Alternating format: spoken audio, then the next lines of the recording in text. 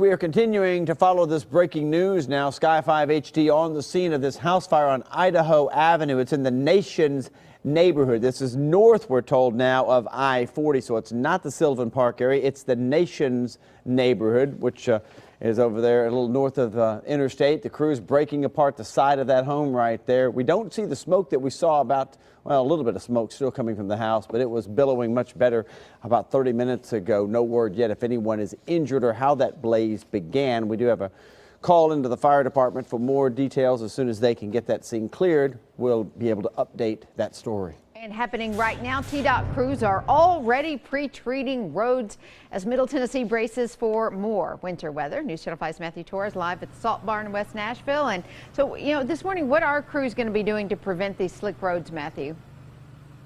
Well, it's something that a lot of people are already expecting. They'll have the brine trucks out on the roads again to help treat the roads.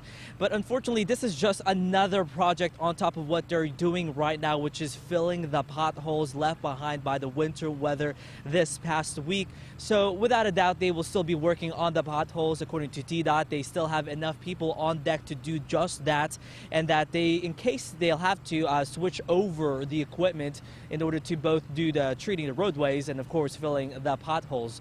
Now, as well as this morning, they will be receiving a small shipment of the salt mixture supply in order to continue to do what they have to do, as well as a larger shipment later this week.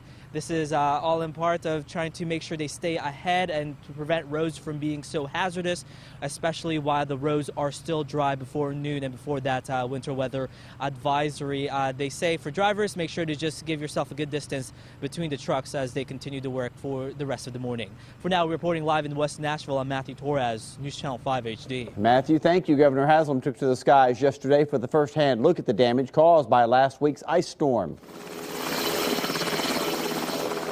A National Guard Black Hawk chopper flew the governor to the Cumberland Plateau yesterday after landing in Crossville. Haslam met with emergency workers helping with all of the devastation.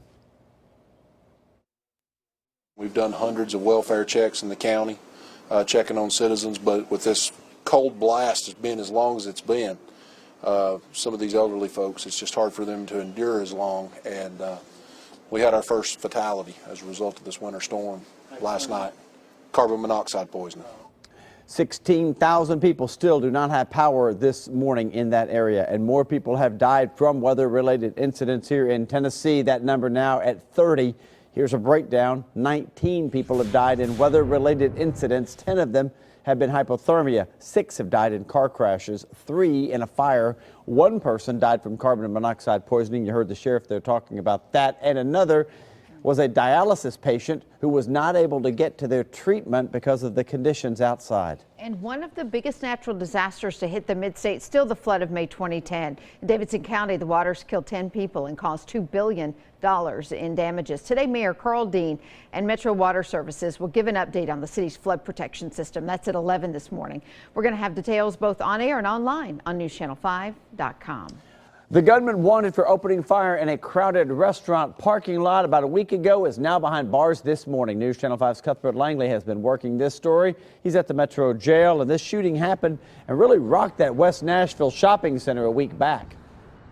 Steve, it did. It was Wednesday afternoon when there was a lot of people supposedly in that Firehouse Subs restaurant parking lot at the time of the shooting. Police were finally able to make an arrest yesterday afternoon. Let's take a look at his mugshot here. This is 23-year-old Reginald Steed. He's facing 2 charges, aggravated assault and aggravated robbery for 2 different crimes. That aggravated robbery charge comes from this Wednesday shooting. You're taking a look at the scene here right now. What we're being told is that the victim was walking out of the restaurant, got into his car, and that's when Steed, the 23-year-old suspect, got into the passenger side of the car. The two started arguing, supposedly over money. That's when police say Steed pulled out a gun and the two continued to fight. In fact, the tussle actually spilled out into the parking lot, but the victim was able to finally crawl away from the suspect. But that's when police say Steed fired multiple shots at that victim.